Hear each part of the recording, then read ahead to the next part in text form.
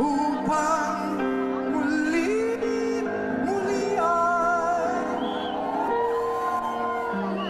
ang mahalin.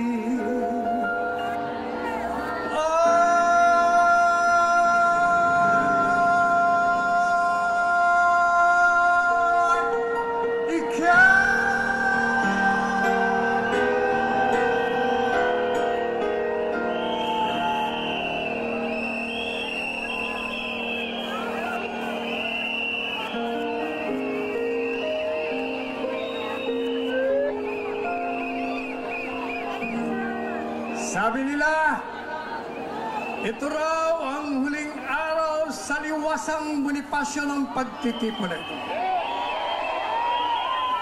Huling araw lamang yan sa 7 araw na naririto tayo, sapagkat dito magsisimula ang pagtitipon ng mga kababayan natin sa bawat sulok ng daigdig. We will go to the 4 corners of the archipelago. The creeping discontent will spread to all corners of this country. Ang mga tao ay magkakaisa, lalakad sa kalsada, tutuloy sa mga lugar dito sa buong Pilipinas upang ipagsigawan, tama na!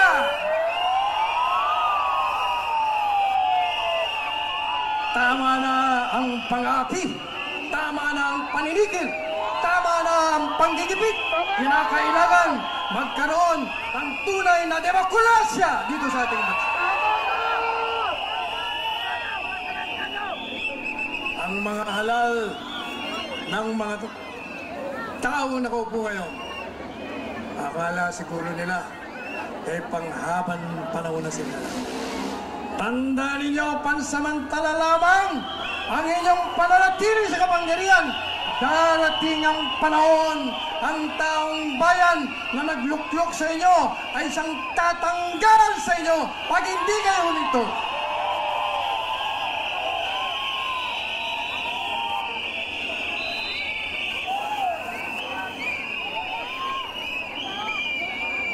Hindi ko yata marinig yung mga silbato nyo.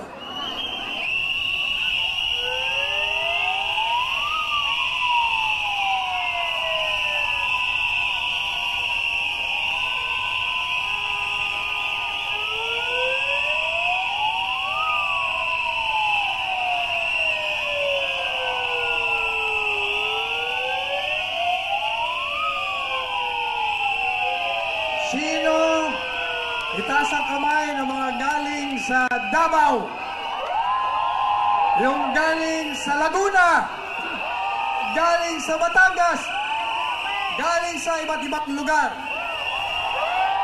Sa totoo lang, nung unang araw natin dito, ang crowd, ang tao, hanggang dito sa likuran ko lamang. Ngayon, umaabot na nandun sa hagdanan ng Manila Post Office at paritun sa kabila. Isa lang ang ibig sabihin. Ang panawagan para magkaroon ng hustisya si Pastor Kibuloy ay tinatanggap ng sambayanan at nakikisa si Pastor.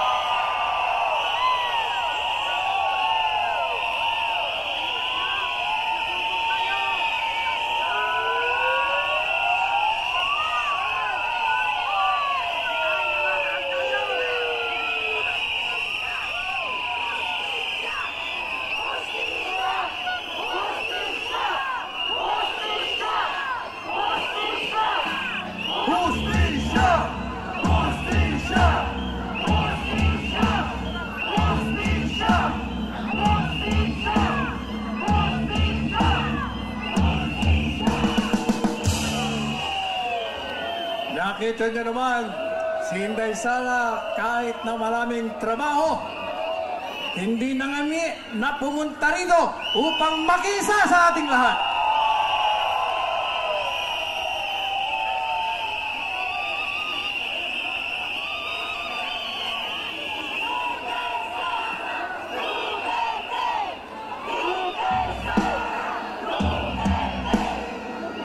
Guys,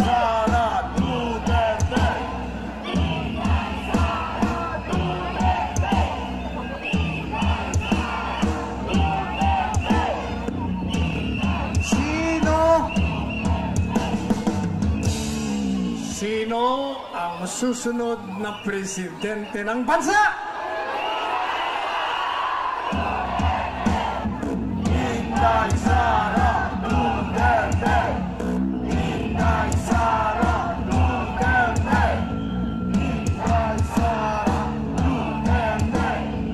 Inday Sara Duterte! Oh, may tatanong ako sa inyo. Dapat alam niyo yung sagot, ha? Yung unang tanong ko, yun din ang isasagot nyo, yung apelyido. Kasi, sino ang papalit kay Inday Sara bilang Vice Presidente sa 2028?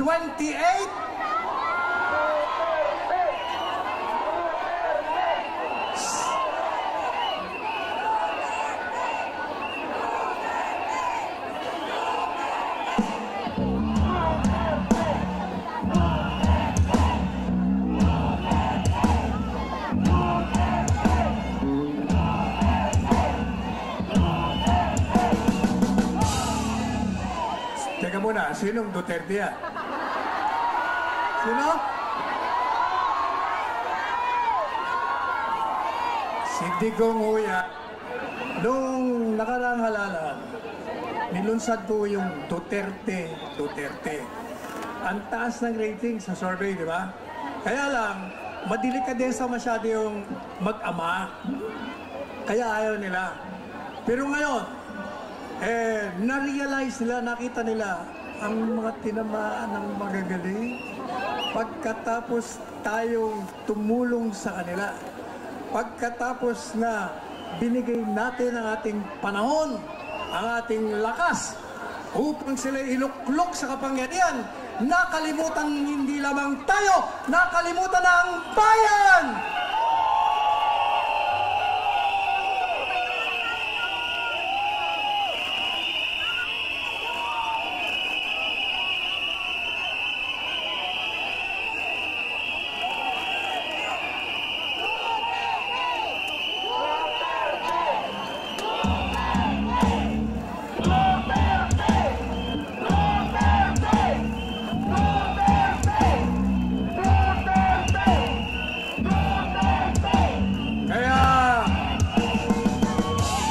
Sa 2028, malakas pa si Mayor Digong. Kaya, ang sabi ko sa kanya, ngayon na ang pagkakataon na kayong dalawang mag-ama ang humawak na kapangyarihan at maging presidente at vice-presidente ng bansa.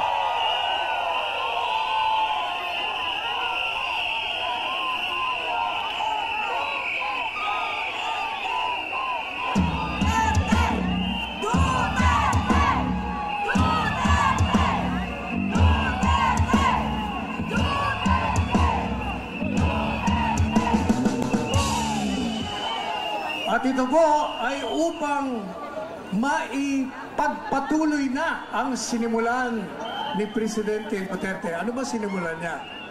Sinira niya ang sindikato ng mga droga.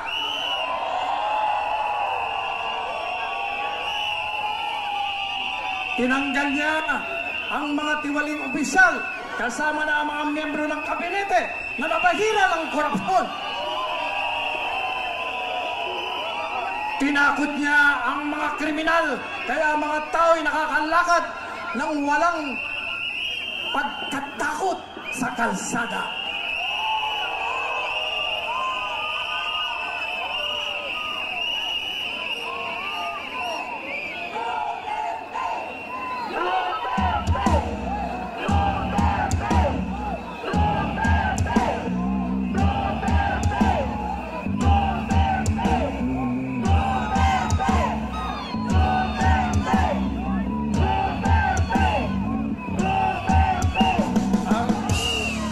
Mga magsasaka ay binigyan niya ng lupa. Ang mga walang bahay, binigyan niya ng mga housing units. Ang mga OFWs during the pandemic, anong ginawa niya? Pinabayad upang makarating dito sa Pilipinas, pinagamot, sinalubong, pinatira sa hotel, dinala sa mga probinsya, at tumatapos sa pandemic, ibinalik. At ngayon ay bumalik na sila. Ganyan ang presidente, may malasakit.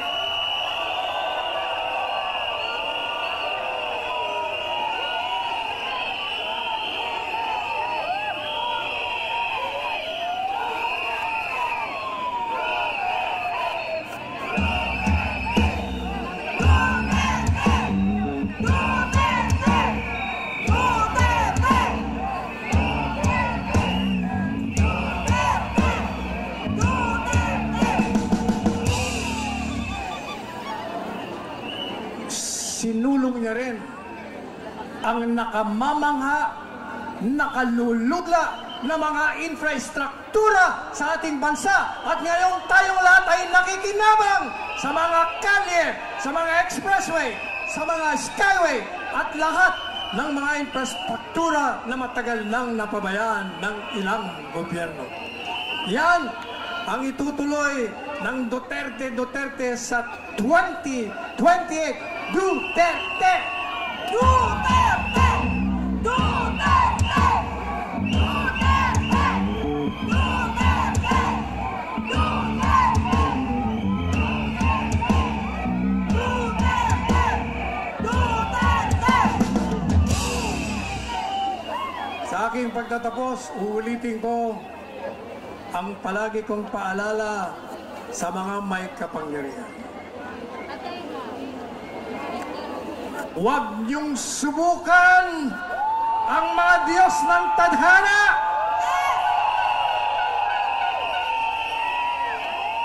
Do not tempt the gods of destiny, because vengeance will come to your doors pag hindi kayo nagbago.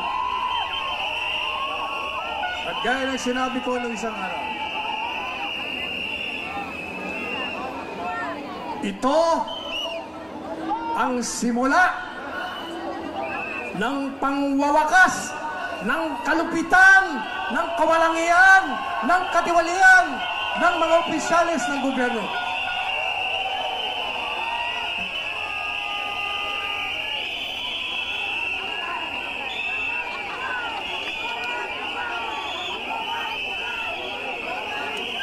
Kaya pag-alis po natin ngayong gabi, pagbalik nyo sa inyong mga bahay, sa inyong mga pamilya, sabihin nyo sa kanila, eto na ang panahon, huwag tayong manahimik, sumama kayo sa bawat panawagan ng pagtitipon, ng pagkakaisa, sa bawat panawagan ng katarungan para kay Pastor Kibuloy, sa bawat panawagan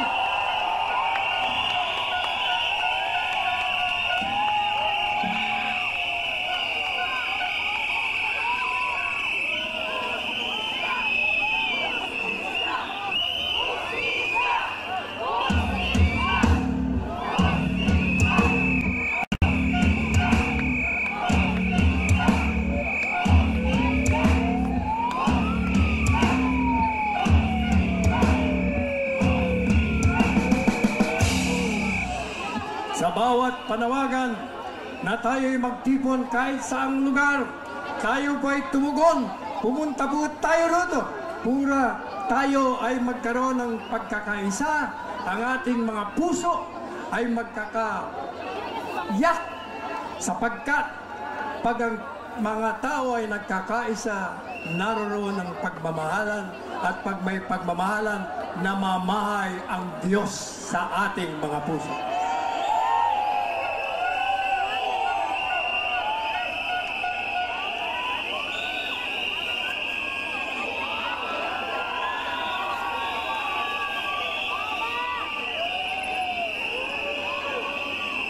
Malapit na hong dumating si Pangulong Duterte. Umalis siya sa Davao ng alas 5:30.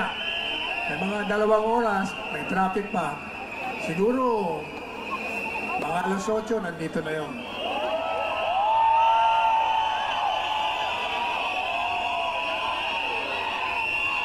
Alam niyo, sabi niya nung isang araw, bakit siya tumutulong si Pastor? Sapagkat sabi niya, ako ay marunong tumanaw ng utang na loob. Hindi niya sinabi, wala siyang sinabi na hindi kagaya ng iba. Subalit, maliwanag. Kung ialin tulad mo sa ibang mga tinulungan ni Pastor, ay nagpakita talaga ng kawalan ng utang na loob pagkatapos ng tulungan.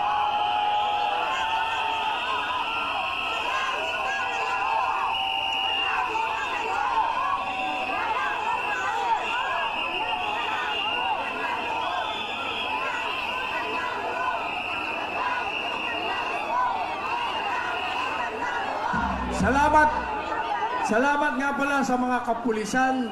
Nakikita nyo, pinaikutan tayo at sinisecure ang lugar natin. At hayaan yung papurihan ko ang lahat ng mga tao rito. Sapagkat gaya ng unang sinabi ko sa inyo, hindi pa ako nakakita ng mga rally, ng mga nakaraan, ng isang disiplinado, organisado na rallyista. Maraming salamat. Kung ipapanatili natin ang matahimik na rally, kung ipapanatili natin ang ating pagsigaw sa mga ilegalidad ng mga opisyalis sa gobyerno, sana ay magising na sila. Kung hindi, pag hindi sila nagising, tuluyan silang matutulog at ibabaon sa lupa.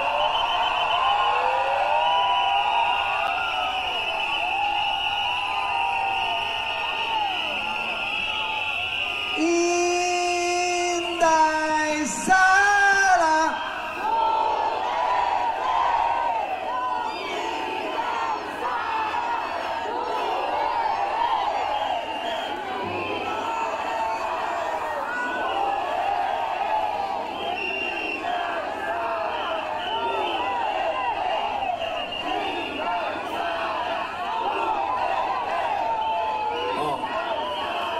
Sinabi ko, Pastor Apollo, ano sagot nyo? Yan. Pastor Apollo! Kiboloy! Kiboloy! Kiboloy!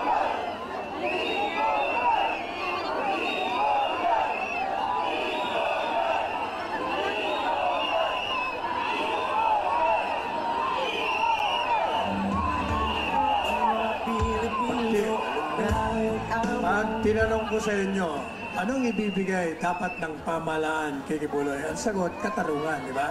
Katarungan. Anong ibibigay ng pamahalaan ito kay Pastor Apollo Kibuloy?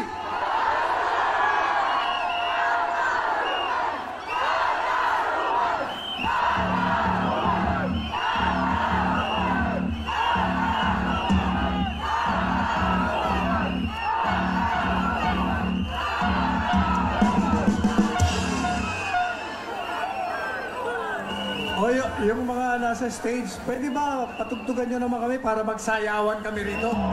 Kapoy na eh. Sayaw naman, sayaw, sayaw. Oh, sayaw. Maraming salamat sa inyo, magsayawan tayo. Maraming salamat, Attorney Salvador Panelo! Pero bago tayo magsayawan, merong maghahandog sa atin ngayon ng awit. Isang kilalang OPM artist, dating opisyal ng PAGCOR at solid Duterte supporter. Walang iba kundi si Attorney Jimmy Bondo.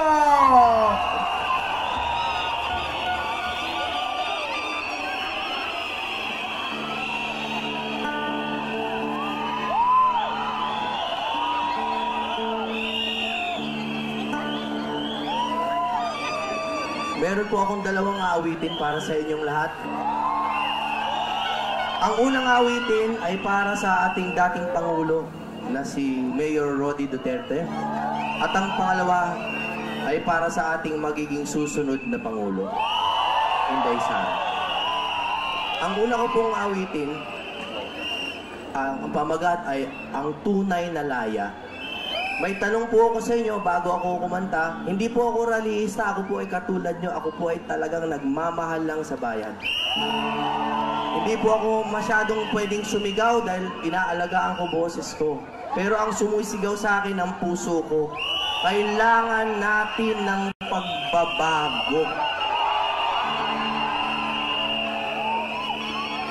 Meron po akong tanong, napakasimple.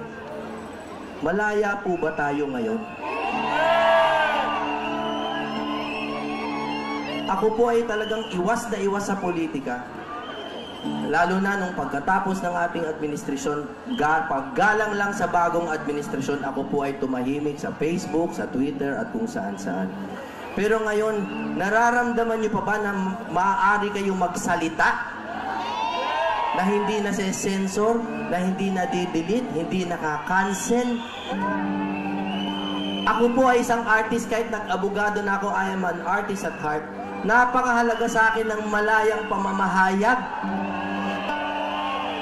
Ano na lang ang gagawin natin kung ang magiging kulay ng bayan natin ay kapag may nagsalita ng konting kritisismo lamang, buburahin ka ng lipunan. Pwede ba yun?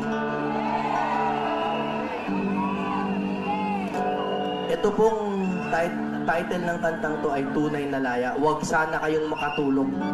Pakinggan yung maigi at malalaman nyo na ito ay may kabuluhan pa rin hanggang ngayon.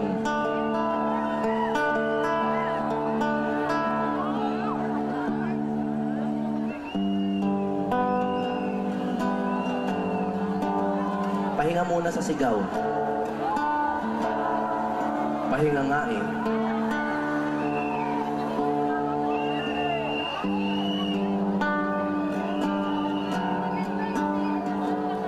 Kay tagal na natin hiwa-hiwalay,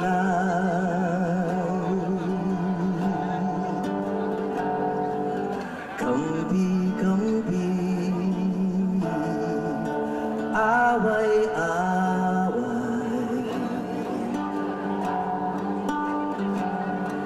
Tingnan mong tunay ang buhay ng masa, malayo pa sa malaya.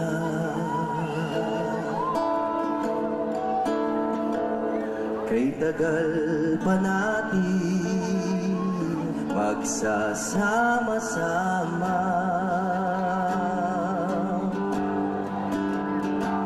simula pa lamang, kumbaga sa drama.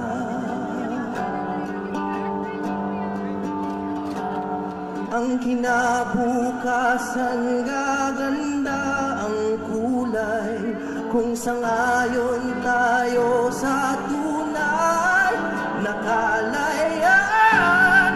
Pinaglalaban ng kalayaan, may kabayaran. Nararapat lumaban isang pinuno, ang sukli ng bayan, masunuring puso. Kung sabay-sabay nating mahalin ng tuntunin, makakamit na ng bansa ang tunay na laya. Tunay na laya.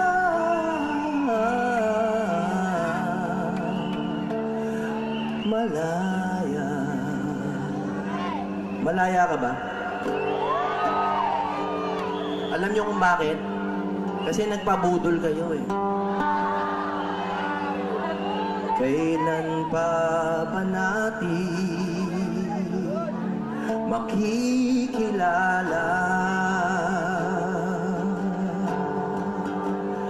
kung sinong kaaway, kung sinong kasangga?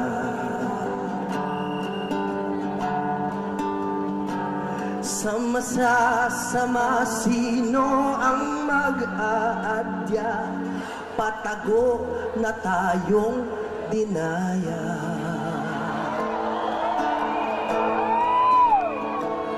Ang kalaban natin ay butas na batas, pati mambabatas lambat na may takas ang mga marahas.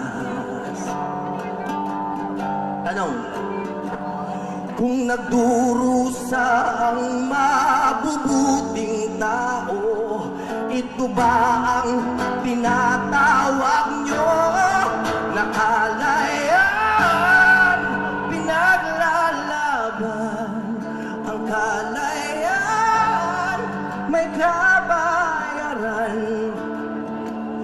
Nararapat lumaban isang pinuno, ang sukli ng bayan, masunuring puso. Kung sabay-sabay nating mahalin ng tuntunin, makakamit na ng bansa ang tunay na laya. Tunay na laya.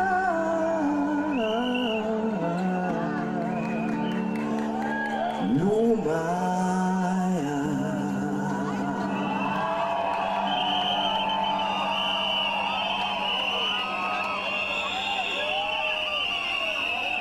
Alam nyo, hindi ko kayang hindi maiyak dahil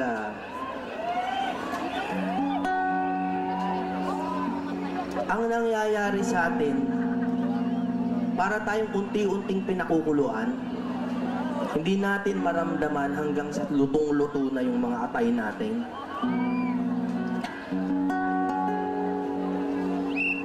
Ang kantang ito ay para po sa isang tao na hindi naman ako malapit na malapit, pero malapit po ang paniniwala ko sa kanya. Para sa akin po, noong araw, merong mga dugong bughaw, yung mga matataas sa atin, no, mga ilustrado.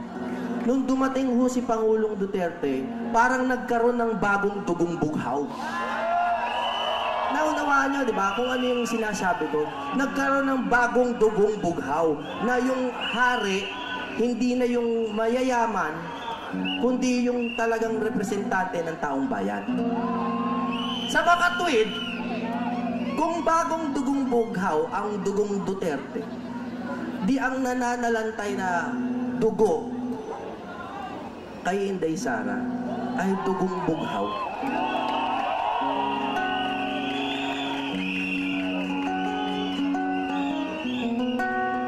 Kailangan talaga pinapalit-palitan ng dugo ay parang transfusion.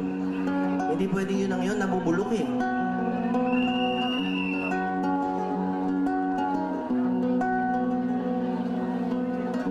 Ginawa ko to para tumakbo si Inday Sara. Kahit hindi po siya tumakbo nun, ito'y parang udyukin sana siyang tumakbo. Nagsimula na ang pagbabagong hinihintay, katotohanan na ang naghaharing salaysay. Gininto ang kasaysayang maharlika, na ibalik ng tunay na mandirigma. Bagong dugo ang dumadaloy sa bayan, walang bahid ng luma na kaharian. Mayroong pangako sa iyong dugong bughaw, walang ibang magtutulay kundi ikaw. Maharlikang Inday, ikaw ang may taglay, ikaw lang ang tulay. Maharlikang Inday, lahat sinisigaw, bagong dugong bughaw, mula sa agila, ngayon ikaw.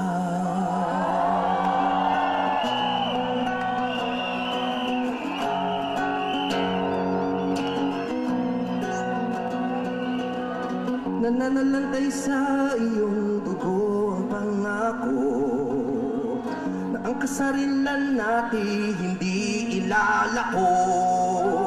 Ang bukas ay nakasalalay sa inyo,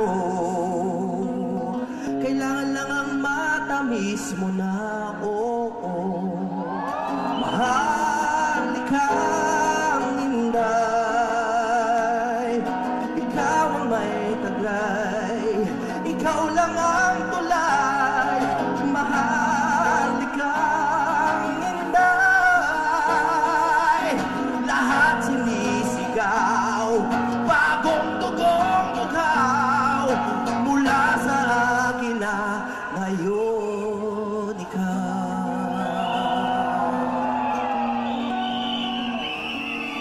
mula sa gila, sana ikaw.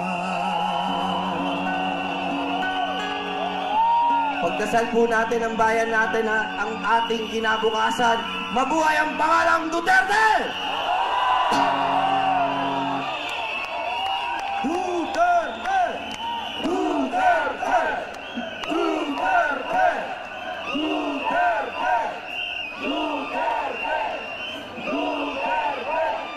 Duterte! Palakpakan natin si Attorney Jimmy Bondoc. At syempre sa mga sandaling ito, excited na ba kayo kay Tatay Digong? Just landed. Pero kanina pa yon. Okay? Pero bago mo na ang lahat, maraming kumakalat ngayon na fake news. Maraming mga kumakalat na kesyo, meron daw abutan ng mga baril. Alamin natin kung meron nga ba talagang gun store doon sa sinasabi nung nasa Senado na bogus na witness doon sa Glory Mountain. At makakasama natin ngayon ang mismong nakasasi, isang vlogger. No, bibigyan natin siya ng pagkakataon para masabi niya ang kanyang mga na-witness. Walang iba kundi si Brothers Traveler, Dan Chan.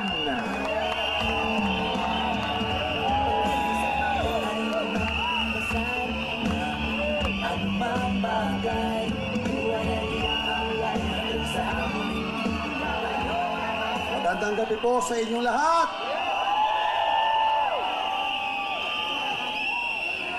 Nais ko muna pong pasalamatan lahat po ng mga naging guest speaker, mga naging bisita. At syempre, nais ko pong pasalamatan yung mga DDS vlogger na nandito. Syempre, pasasalamatan ko rin yung mga vlogger nung kabila na bumaliktad. Yan. Okay. Hindi ako magtatagal dito. Hindi po ako member o miyembro ng Kingdom of Jesus Christ. Hiniling ko po na ako mismo, kami ng grupo po namin, masaksihan yung sinasabi ni Risa Hontiveros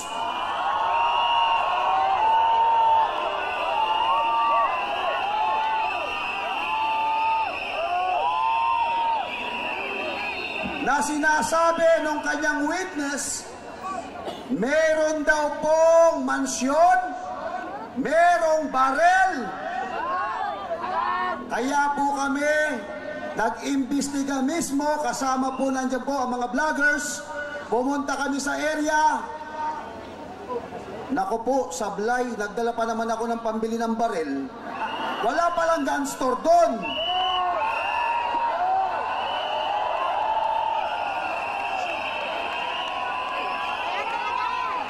Itataya ko ho ngayong araw na ito ang pangalan ko, Senator Risa Hontiveros.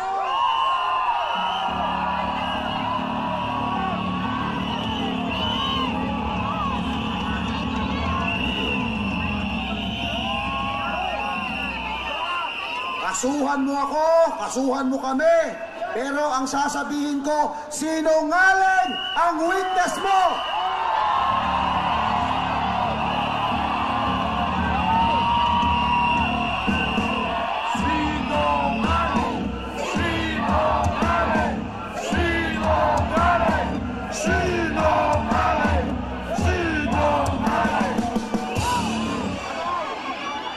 Namuti po ang mata ko sa kakahanap ng mansyon.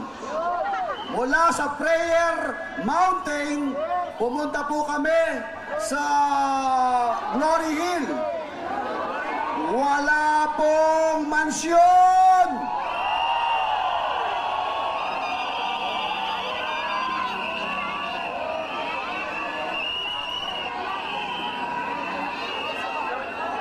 Ang Glory Mountain. Sorry po, nagkakamali, tao lang.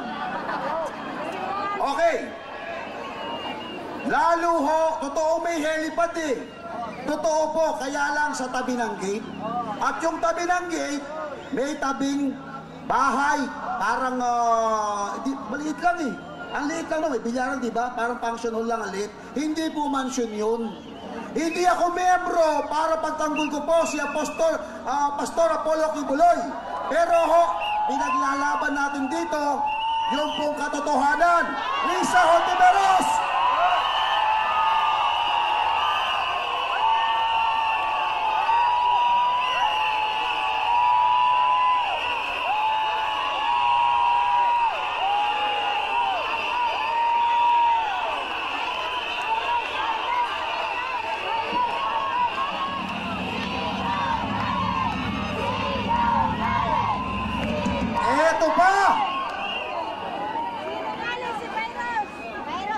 Abusado po si Pastor Apollo Kibuloy. Bakit? Sobrang abusado sa kabaitan.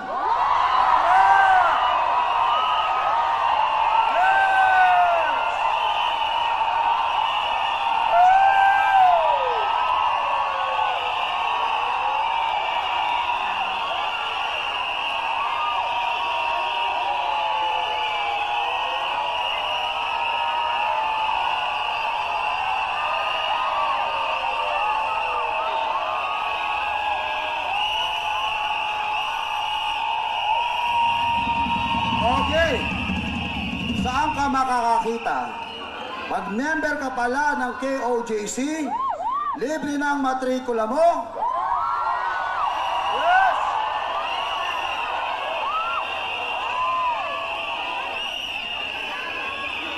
Libre pagkain mo. Yes!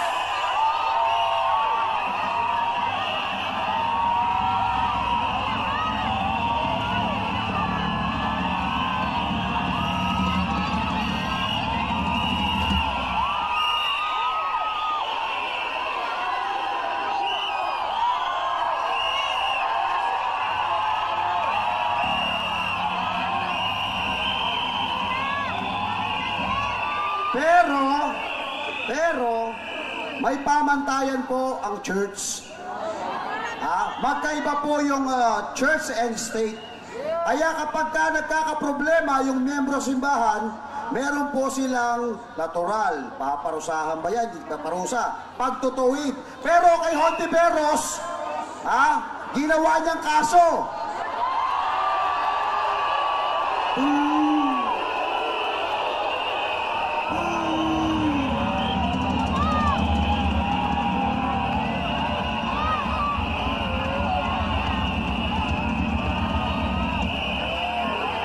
May napansin ako kanina. May nakaparada ron, GMA. Nandiyan pa ba sila? Pansinin ninyo, walang mainstream media na gustong i-cover ito. Bakit? Busal ang bibig!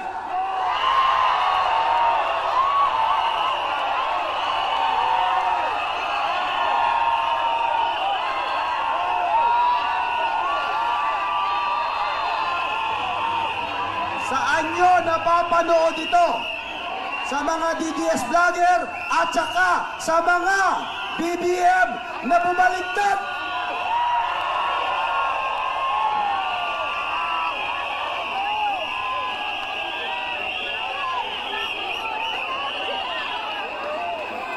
Walang gustong mag-cover nito. Bakit? Takot sila sa ahas.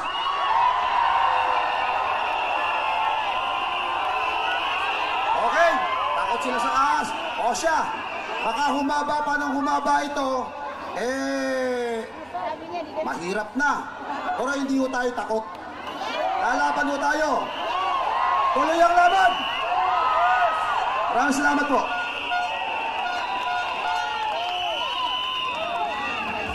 Laban kasama ang bayan. Laban kasama ang bayan. Laban kasama ang bayan. Laban kasama ang bayan. Mga kapatid, mga kababayan, dito ko na po patatagalin pa dahil isa sa magsasalita ngayon ay si Jeffrey K. Eric Celis para ibahagi sa atin ang naganap ngayong araw sa Kongreso.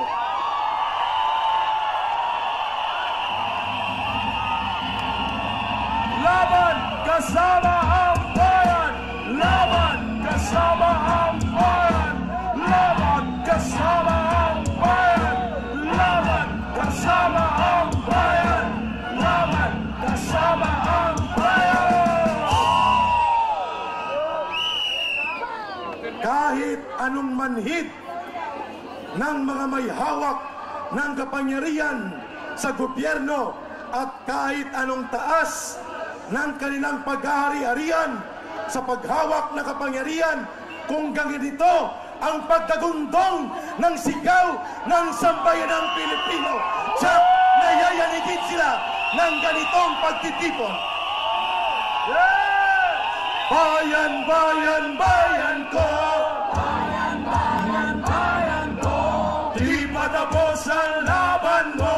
Di matapos ang laban mo! Sa mga galit at sakim na politiko! Galit at sakim na politiko! Labanan mo! Itakwil mo! Labanan mo! Itakwil mo! Bayan, bayan, bayan ko! Bayan, bayan, bayan ko! Di patapos ang laban mo! Di patapos ang laban mo! Sa mga galit at sakim na politiko! Sa mga galit at sakim na politiko! Labanan mo! Itakwil mo! Labanan mo! Itakwil mo!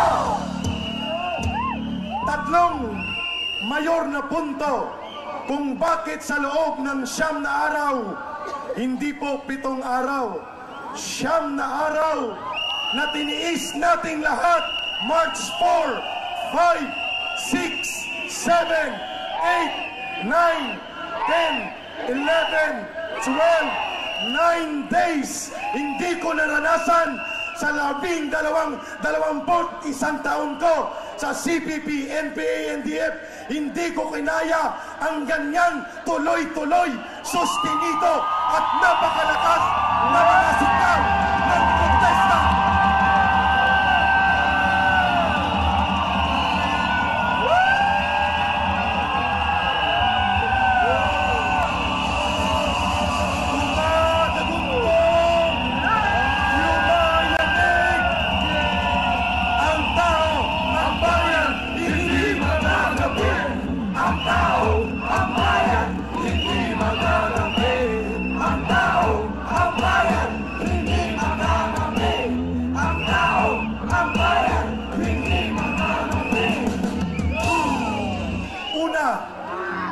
Nandito tayo para igiit ang katarungan, panglipunan, kabuhayan at hustisya sa paggalang sa karapatan ng bawat mamamayang Pilipino at sino man ang nakakarinig sa gabing ito, sa huling gabi, sa unang yugto ng hakbang ng sambayanang Pilipino para baguhin ang nabubulok na uri ng pamumuno sa pamahalaan.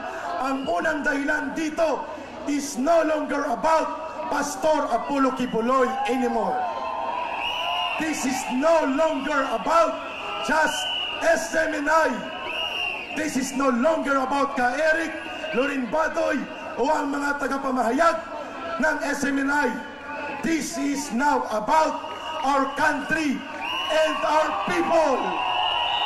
Laban kasama ang bayan! Laban kasama ang bayan! Laban kasama ang bayan! Laban kasama ang bayan! Laban kasama ang bayan! Ito ang unang pagkukulang at pagpapabaya ni Pangulong Bongbong Marcos Jr. na hinayaan niyang labagin ang katarungan ng mga at karapatan ng mamamayan. Sapagkat kaninang hapon nasaksiyan ko sa loob mismo ng Kangaroo Committee ni Tambaluslos sa House Committee Kangaroo Legal Franchises kung paano hinostage ng 3 komunistang mga dati kong kasama ang buong Kongreso para gamitin ang instrumento at poder ng gobyerno upang supilin ang isang malaya at independyente na uri ng media organization na mayroong batas na nagpapahintulot na ito'y mag-operate hanggang 2044. Ito ay walang pakundangang nilabag sa loob ng Kongreso. Kasabwat dyan si Speaker Martin Romualdez at pinabayaan lamang yan ni Bongbong Marcos.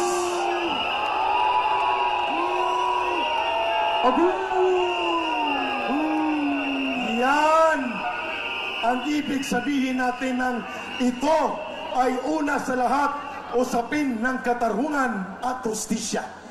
Pangalawa, ito ay usapin ng mabuting pamumuno at mabuting pamahalaan. Sa gitna ng katotohanan na ang ating mga presyo ng bilihin at ang ating mga problemang pang-ekonomiya ay sumisirit lagpas sa kakayanan ng ordinaryong mamamayan. 15-year high ang presyo ng bigas. Hindi natin naranasan yan sa panahon ni Rodrigo Duterte. Ang pinakamahal na bigas 42 pesos. Ngayon ang bigas umaabot ng halos 70 pesos o mahigit pa ang bawat kilo. Bagong Pilipinas, mahal ang bigas! Bagong Pilipinas, mahal ang bigas! Bagong Pilipinas, mahal ang bigas! Bagong Pilipinas, mahal ang bigas! Bagong Pilipinas, mahal ang bigas! Kabuhayan, karapatan, katarungan at hustisya. Yan ang mga dahilan kung bakit dumadagundong sa buong Pilipinas at sa maraming panig ng daigdig ang boses ng pagtutol at pagtindig ng sambayanang Pilipino. Pangatlo at panghuli, bakit tayo nagtiis, nagsakripisyo sa Liwasan Bonifacio? Sapagkat ito ay sentro ng usapin ng digmaan na tinututulan natin at ang pag-iit ng tama at totoong balangkas ng kapayapaan para sa pinakamamahal nating bansang Pilipinas. Kapayapaan ay hindi digmaan. Kapayapaan, hindi digmaan. Kapayapaan, hindi digmaan. Kapayapaan, hindi digmaan. Ang pagsarado ni Pangulong Bongbong Marcos ng dialogo at matinong makikipag-usap sa China at ang kanyang paninikluhod at pagsunod sa digmaan na patakaran ng Estados Unidos naglalagay sa buong bansa at buong mamamayan sa napakadelikadong kalagayan ng hindi kailangang paglunsad ng digmaan sa ating bayan at gagamitin tayo ng Amerika bilang base militar nila. Hindi tayo papayag dyan. Duterte! Duterte! Duterte! Duterte! Duterte! Duterte! Duterte! Duterte! Duterte! Ating sinasalubong ang totoong ama ng bansang Pilipinas, si Tatay Digong Rodrigo Duterte. Duterte! Duterte! Duterte! Duterte! Duterte! Duterte! Duterte! Duterte! Duterte! Duterte! Duterte! Duterte! Duterte! Duterte!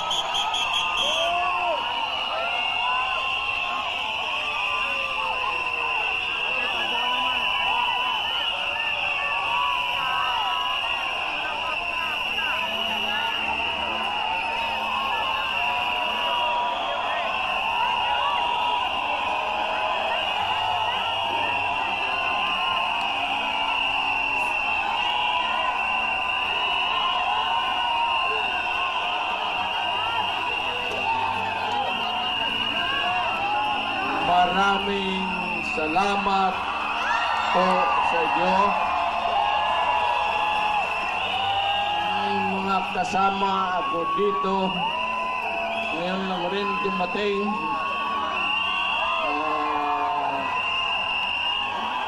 Si Ipe,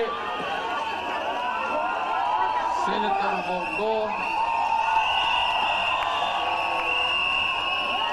Senator Bato, si Sal, si Fred, nakita naman ni Fred, Dib, tapos si Roger.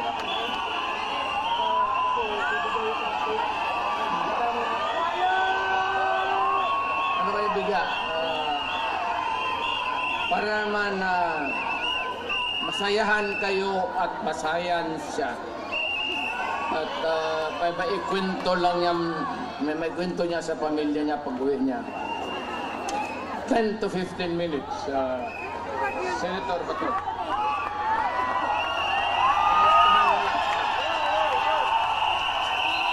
Maayong gabi sa natong tanan. Magandang gabi sa ating lahat. Alam nyo, andito kami ngayon, si Senator Bongo at yung ating mga kasamahan lahat andito dahil gusto namin ipakita kay Pastor Kibuloy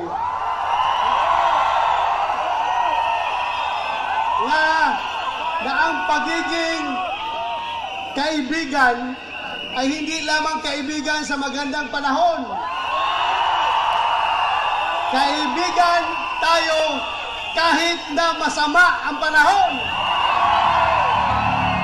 Andito kami para ipakita yung suporta namin kay Pastor Apollo Kibuloy. Maraming salamat. Magandang gabi sa inyo lahat. Assalamualaikum sa mga Bisaya. Sino mga taga Mindanao dito? Sino mga taga Visayas? Sino mga Ilonggo? Lente, parinti ko mga Ilonggo, Bongo, Ilonggo. Unang-una, nandito po kami ni Senator Bato de la Rosa dahil kami po'y naniniwala. Sabi nga niya kanina, dahil po sa pagiging kaibigan niya kay Mayor Rodrigo Duterte, ay ganun na po ang ginagawa sa kanya. Narito kami ni Bato na sumusuporta sa ating mahal na Pangulong Rodrigo Duterte. Mahal niyo si Pangulong Duterte? Pag mahal niyo si Pangulong Duterte, mahal natin ang ating kapwa Pilipino. At gaya ng sinasabi ko noon sa inyo, ang serbisyo po sa tao, serbisyo po yan sa ating Panginoon. Mahal namin kayo ni Pangulong Duterte at sama-sama po tayo rito. Patuloy kaming magmamahal sa aming kapwa Pilipino. Maraming salamat sa inyong pagmamahal. Salamat po.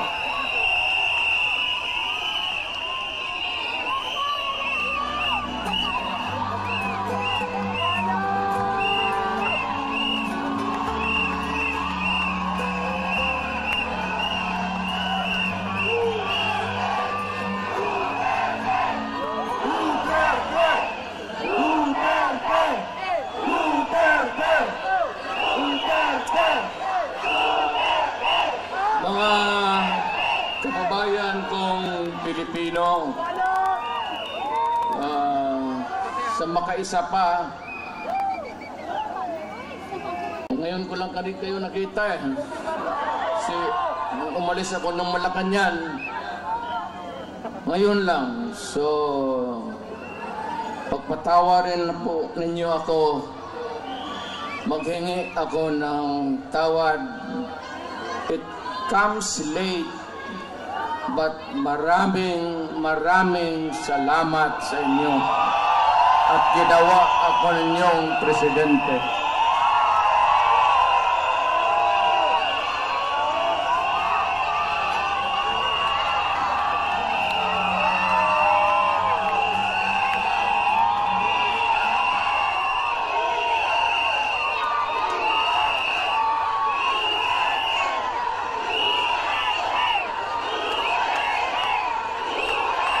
Ang pinuntahan ko dito, nandoon naman ako sa Davao. Pag galo-galo nang ako lumakad, staggered, I use a cane, nagbabadtos lang ako. Because of old age. I used to be, pupunta ako dito ng Davao, dito man ako nag-aral, at matatag at matigas ang katawan. Hindi ko naman akalain na paabotin ako ng Panginoong Diyos. Makatapos, makauwi, makatrabaho, at maging isang mayor doon for 23 years. Naging congressman, vice mayor ako ng anak ko. Tapos, after about almost 30 years, bumalik ako ng Maynila, hindi na estudyante, presidente na ako.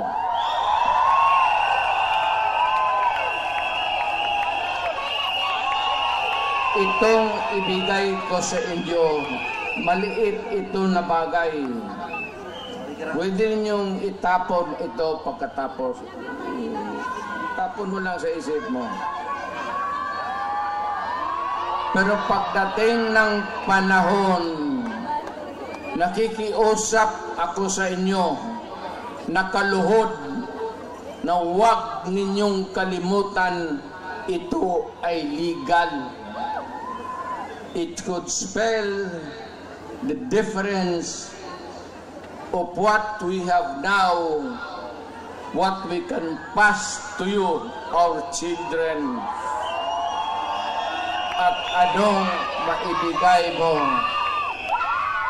sa iyong mga apo at mga apo at mga anak ng mga apo nila. Alam mo, may mga tao talagang ayaw ko sanang lumipas na. Lumipas na. But every time sa ating history, ni kung may presidente man who started first of all, na una, gusto niyang kulikutin, pakialaman, kalkalin niya ang Constitution. Unfortunately, Ferdinand Marcos Sr. Kaya nakataroon tayo ng from 4 years to another 4 years to martial law hanggang naging 20 years. He could have done it in 10 years. But because they wanted themselves in power, may mga tao dito kayo, lumikit, binanganak kayo si Marcos, namatay na lang kayo dyan sa nilibing kayo, si Marcos pa rin ang presidente ninyo. Yan lang nga. You know, kayo sa likod, yung mga lumad, hindi man tayo magkakaintindihan dyan. Kayo mga Ilocano, kaming mga Bisaya,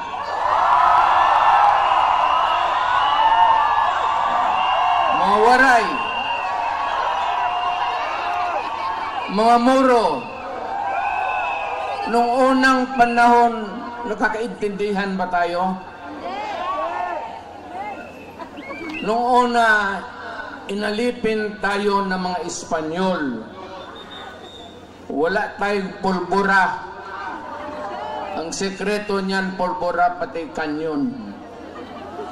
So nung unang putok-putok, at mabuti na lang itong si Magellan, sumimple, pumunta sa likod ni Magellan, at pinotol yung itlog niya ni Magellan.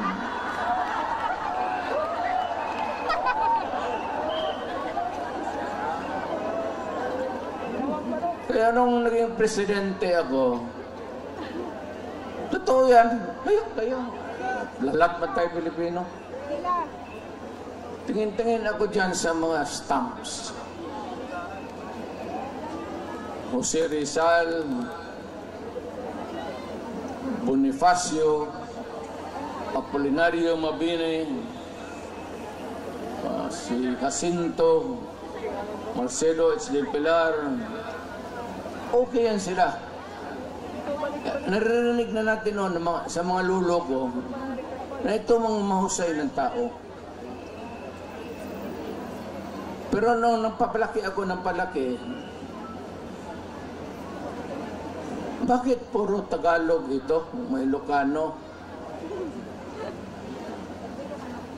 Sabi ko, wala ba tayong Bisaya na hero?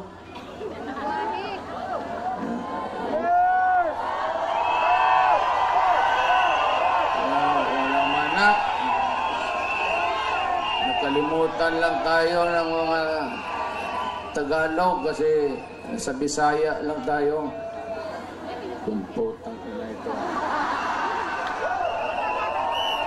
Kaya nung na-presidente ako, tinawag ko ito mga historical commission natin.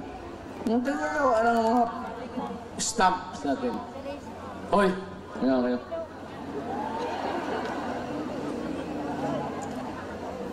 Kami bang mga Bisaya? Sino ang hero namin?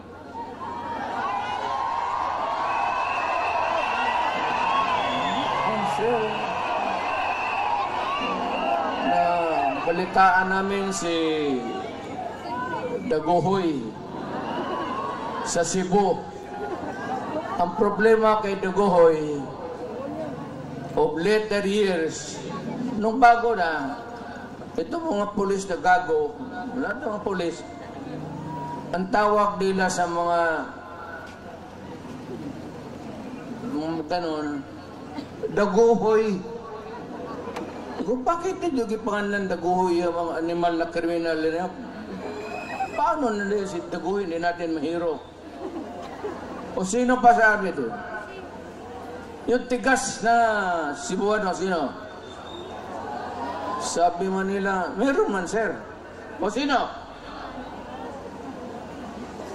Pero isda man sir. Sino?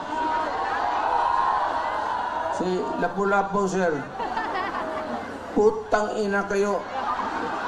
Yun ang pumatay ka, Gwejip. Bukas pag walang istampa yun. Kaya ngayon, nandyan na si Lapu-Lapu. Tapos si Daguhoy. So, sinabi ko sa mga pulis, pati military, huwag na ninyong tawagan yung mga hold-upper, mga kidnapper na Daguhoy. Ayaw ko, bakit nakaugulian nila? Hindi naman sinasadya siguro.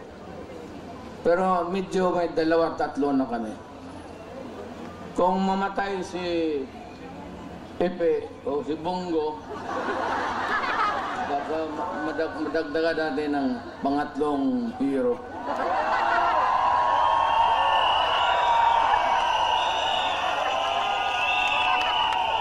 Ito lang, hindi ko na lang kabain ha.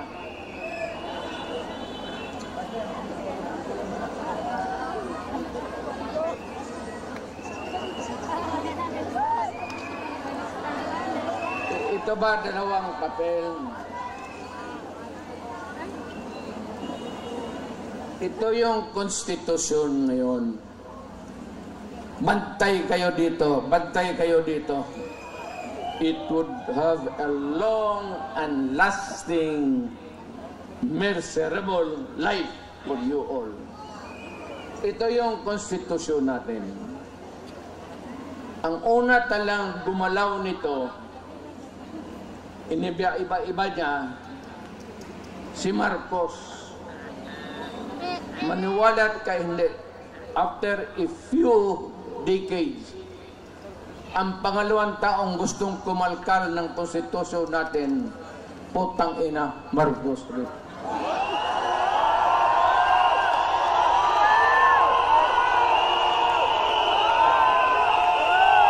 ano ang dahilan.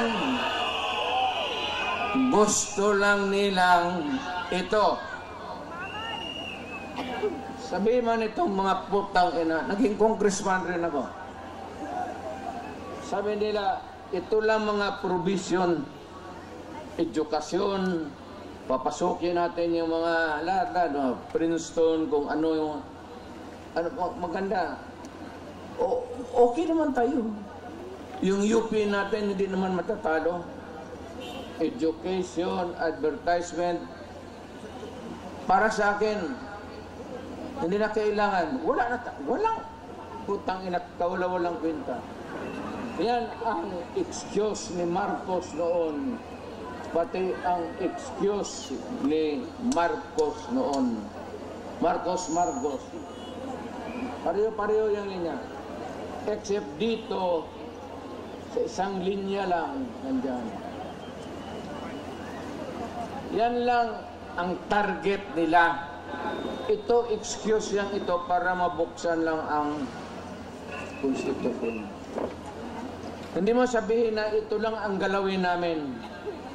Pag nagalaw yung konstitusyon, putang ina, walang makakapara. Lahat na everything go.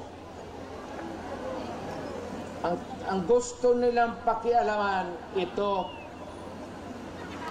yung termino ng tatay niya na binalastog niya at itong konstitusyon ngayon ni Martin Romualdez, asawa ni Lisa, kasi si Bongbong. Ano ang gusto nila? Pahabaan ang konstitusyon. Kasi noon nga, nilampastagan ni Marcos, napaalis siya sa Pilipinas, sinauli yung original. Pero, ginawang original, pero ang ginawa, one term lang ang president. 6 years, walang re-election. Kagaya sa akin. Yung konstitusyon na inabot, under which Marcos was elected, ganon rin. One term, 6 years. Ito, excuses na lang ito. Kagaya nito ni Marcos rin sa tatay na. Ang puntarya talaga nila, ito, dito, ito. Yung term extension.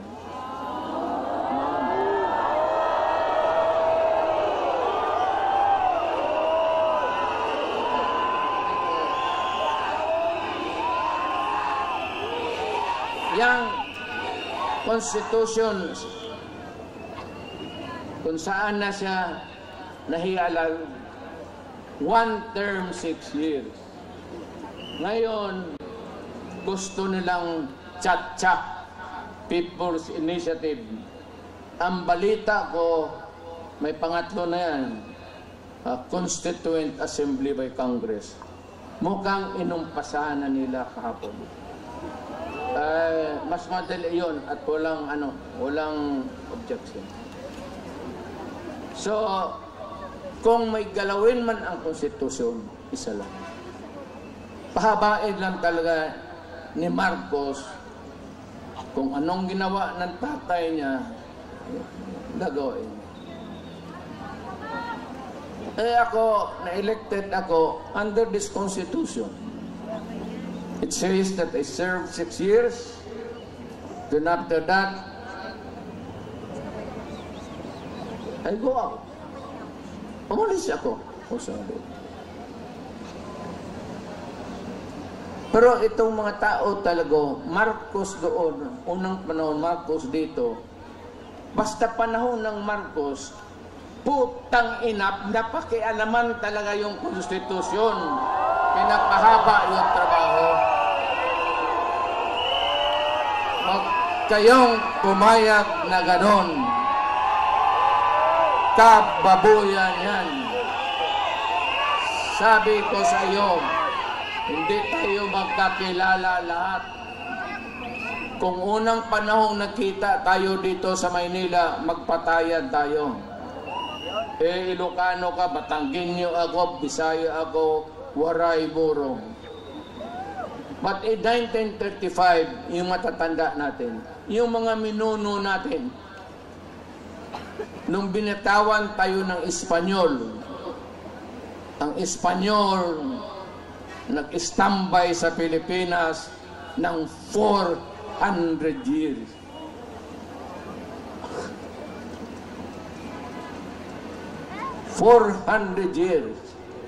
Pumasok ang Amerikano because there was an American-Spanish War. Natalo ang Espanyol, nawala sa kanila ang Mexico, yung mga Marianas Island, pati Philippines, isinurrender nila sa Amerikano. So, ang umupo ulit dito ang Amerikano. So, ilang taon tayo nagdusa, nagpakahirap sa mga banyaga. Ngayon, may isang presidenteng dumaan na matagal na dinispat sa naman sana namin. Pati ito ngayong anak, may tuyo sa ulo talaga ang mga...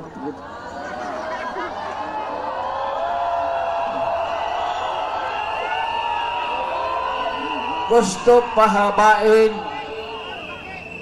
Sila lang naman yan yung gustong mapahabain ang termino nila. Ang Pilipino, lamang interest niya ng pahaba ng termino. Ang Pilipino, ang gusto magpahaba ng utid para papakaligaya kung sino ang gusto ng paligaya.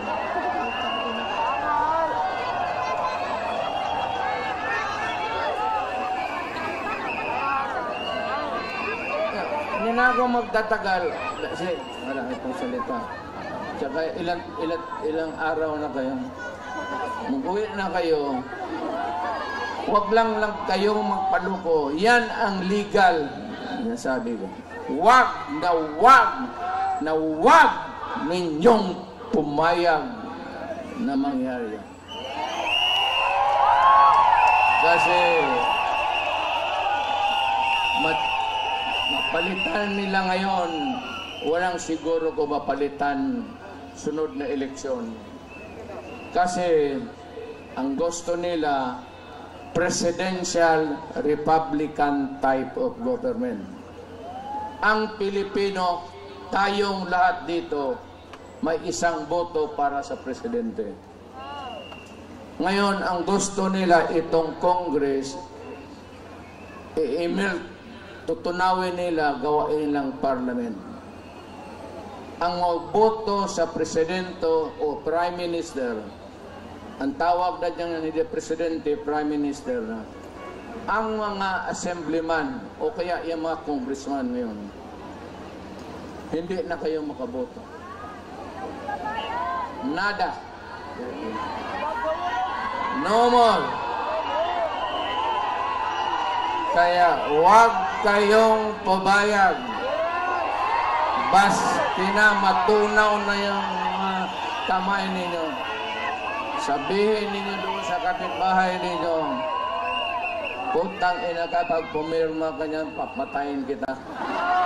Patayin na lang, magpatayan na lang tayo dito lahat. Huwag kayong pumayag sa kabalustugan na yan. Masisira ang Pilipino. You would lose your direct vote. Ako gusto si Marcos. Ako gusto si Ramos. Ito, isang boto ko lang to. Oh. Ito, gusto ko si Villar. Isang boto lang.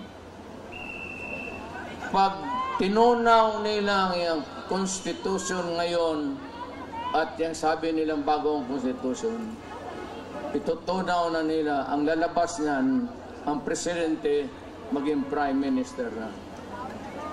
At ang mga yung mga congressman ngayon, assemblyman na, wala ng Senate wala ng House of Representatives. Nada na tayo. Kung sakali man, itapod lang ninyo ang oras. Kung sa anong oras kayo mag-umpisa dito, pagka ganon, well, mayroon akong ipagbilin sa inyo. Hindi pa naman talaga, at saka ako naging presidente. Awang-awa ako sa military. Mababait yan sila. Awang-awa ako sa mga polis. Ay, mga polis, maraming gago dyan. Yung iba, pwede ninyo patayin. Pero sila sa trabaho nila, medyo talagang matino yan sila.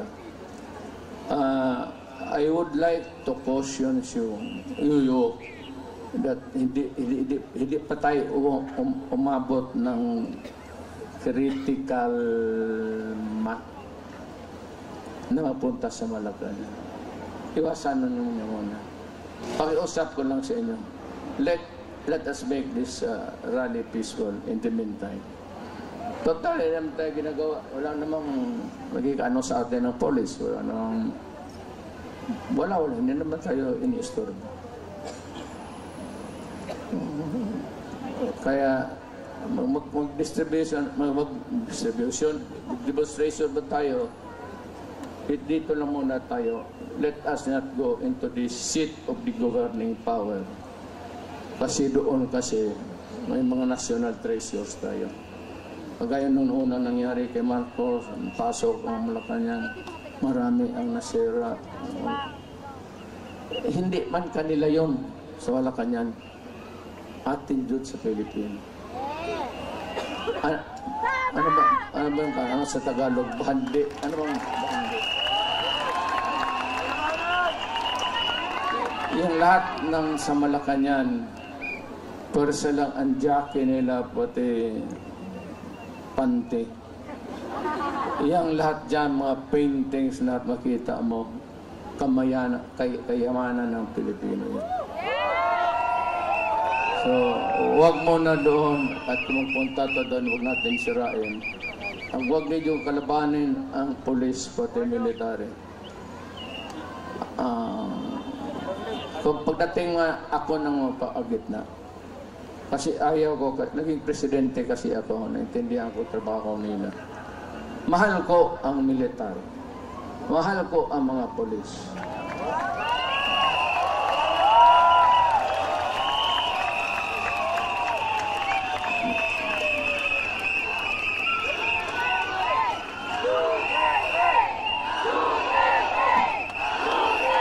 Babae muna.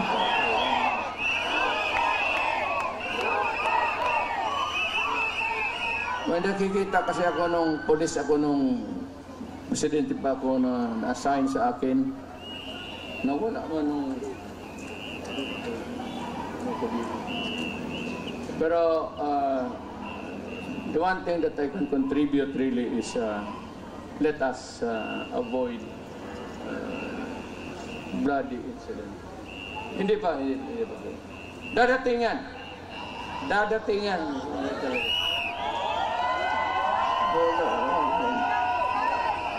Pag dalang ikaw si...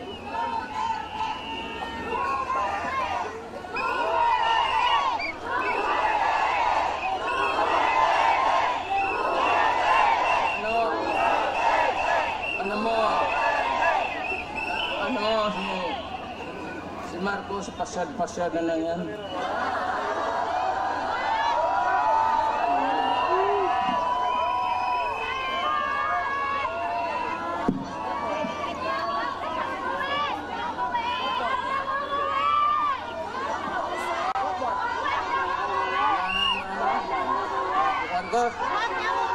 Marcos na doon.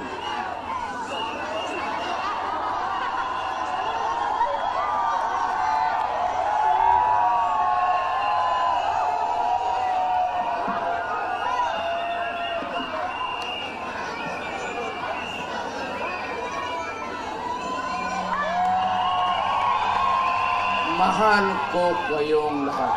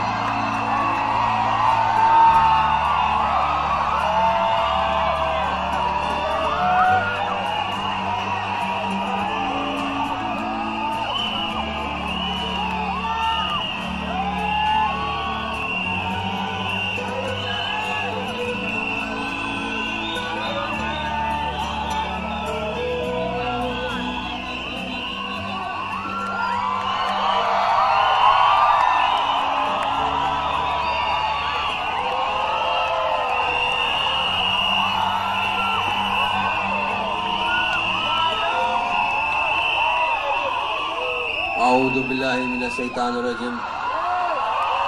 Bismillahirrahmanirrahim. Magandang gabi po sa inyong lahat. Alam niyo po, itong samahan na ito, walang iwanan nito.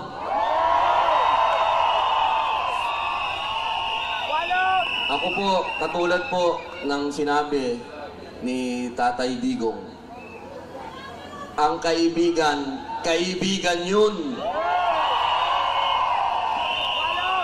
Lalo na kapag kakampi mo pa. Hindi ko po makakalimutan ang ibinigay sa aking suporta, unang-una, ni Pastor Kibuloy.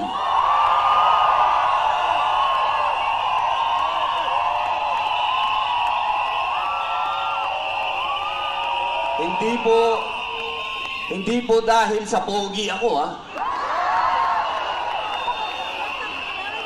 Kami pong dalawa ni Pastor ay naniniwala na dapat tapusin na ang armed struggle dito sa Pilipinas.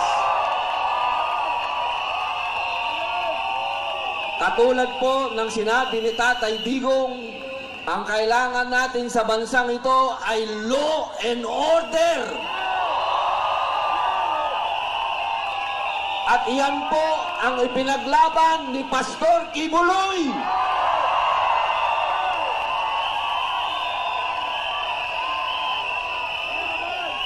At ngayon, sa kanyang pinaglaban, siya po ay dumadaan sa isang pakikibaka na hindi natin siya iiwan.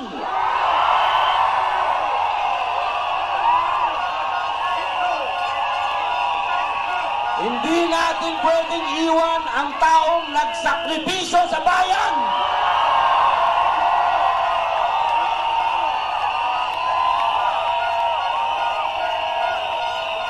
Kaya po, mga mahal kong kababayan, hinihingi ko po na sana huwag natin iwan si Pastor. Maraming salamat po.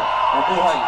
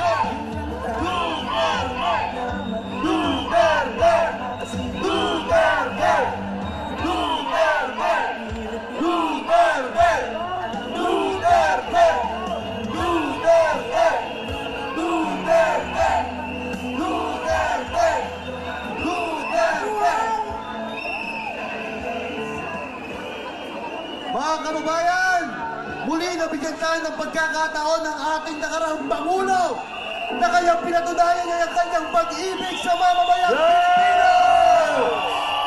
Mabuhay si Pangulong Rodrigo Roa Duterte! Mabuhay ang mga senador na nanindigan sa katotohanan! Mabuhay ang totoong bayani ng bayan bansang Pilipinas!